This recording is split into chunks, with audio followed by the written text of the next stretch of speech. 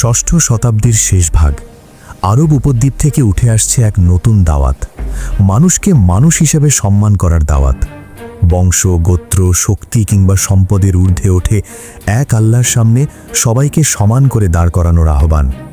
সেই দাওয়াত সীমান্ত মানে না, রাজপ্রাসাদের দরজায় গিয়েও থামে না। ইতিহাসের এক সন্ধিক্ষণে সেই দাওয়াত পৌঁছে যায় পারস্যের সম্রাট খসরু পারভেজের দরবারে। মহানবী হজরত মুহাম্মদ সাল্লাল্লাহু আলাইহি ওয়াসাল্লাম নিজ হাতে নয়, কিন্তু তার পক্ষ থেকে দূত মারফত একটি চিঠি পাঠানো হয়। চিঠিটি ছিল সংক্ষিপ্ত, কিন্তু অর্থে ছিল পৃথিবী বদলে দেওয়ার মতো গভীর। বিসমিল্লাহির রহমানির রহিম। মিন মুহাম্মাদিন রাসূলিল্লাহি ইলা কিসরা আজিমি ফারিসা।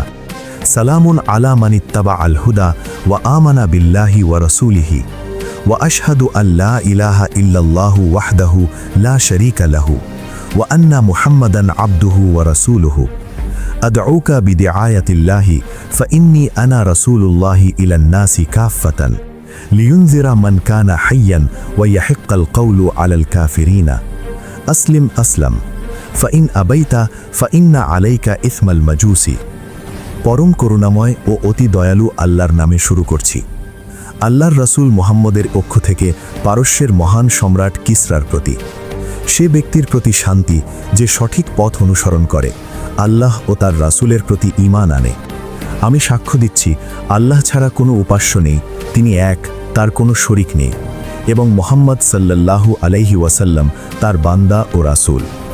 আমি আপনাকে আল্লাহর দাওয়াতের দিকে আহ্বান জানাচ্ছি, কেননা আমি সমগ্র মানবজাতির জন্য আল্লাহর প্রেরিত রাসূল, যাতে জীবিতদের সতর্ক করা যায় এবং অস্বীকারীদের ওপর সত্য অবধারিত হয়।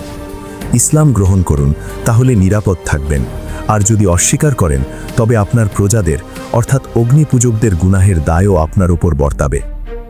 কিন্তু ইতিহাস বলে খসরু পারভেজ সেই চিঠি পড়েননি। তিনি থামেননি শব্দের কাছে, মাথা নত করেননি সত্যের সামনে। অহংকারে, ক্ষমতার দম্ভে তিনি চিঠিটি ছিঁড়ে ফেলেছিলেন। এটা শুধু কাগজ ছেঁড়া ছিল না, এটা ছিল সত্যের দাওয়াত প্রত্যাখ্যান, আসমানি বার্তার অবমাননা। এই সংবাদ যখন রাসূল সাল্লাল্লাহু আলাইহি ওয়াসাল্লামের কাছে পৌঁছালো, তখন তিনি কোনো রাগান্বিত ভাষণ দেননি, কোনো রাজনৈতিক হুমকিও দেননি, বরং আসমানের দিকে হাত তুলে বলেছিলেন, আল্লাহুম্মা মজ্জিক মুলকাহু কুল্লা মুমাজ্জাকিন। হে আল্লাহ, তুমি তার রাজ্যকে সম্পূর্ণরূপে ছিন্ন বিচ্ছিন্ন করে দাও। এটা কোনো আবেগী বদদোয়া ছিল না, এটা ছিল ঐশী সত্যের ঘোষণা, যে সত্যকে অস্বীকার করলে পরিণতি অনিবার্য হয়। কয়েক বছরের মধ্যেই ইতিহাস বদলে গেল। পারস্যের অজেয় বলে পরিচিত সাম্রাজ্য ভেঙে পড়তে শুরু করল। ওমর ইবনুল খাত্তাব রাদিয়াল্লাহু আনহু এর শাসনামলে মুসলিম বাহিনী পারস্য জয় করল। কিন্তু আশ্চর্যের বিষয় কি জানেন? পারস্যের সেই জাঁকজমকপূর্ণ রাজপ্রাসাদ, স্বর্ণ, রূপা, রেশম আর মণিমুক্তায় ভরা, সেখানে ঢুকতেই অনেক সাহাবী চাননি। কারণ তারা জানতেন, আমরা রাজপ্রাসাদ জয়ের জন্য বের হইনি, আমরা বের হয়েছিলাম মানুষের অন্তর জয়ের জন্য।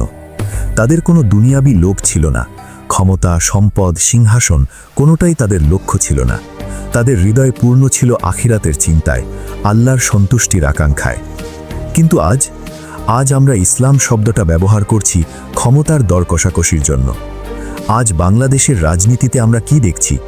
নির্বাচনকে কেন্দ্র করে জামাত ইসলামী বাংলাদেশ এবং ইসলামী আন্দোলন বাংলাদেশ দুই দলই নিজেদের ইসলামী দল বলে দাবি করে। প্রশ্ন হলো, ইসলামী রাজনীতির মূল লক্ষ্য কি আসন নাকি আদর্শ?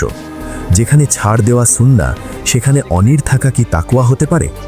আমি বলছি না এক দল ঠিক আরেক দল ভুল, আমি বলছি দুটো দলই যদি ছাড় দিয়ে এক থাকতে পারত।